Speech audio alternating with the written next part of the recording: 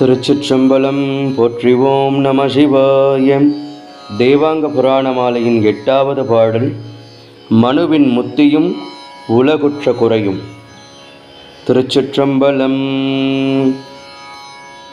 மணமகள் உற்றவர் வினயருத்தி சிவசாயோஜ்யம் மேவ விவஸ்திரமின்றி தவித்தனர் உலகினில் தழகினையாடையும் தோளினையும் புனைந்தீதான் இழகிலமானமியேங்கினர் தேவரும் தாமே.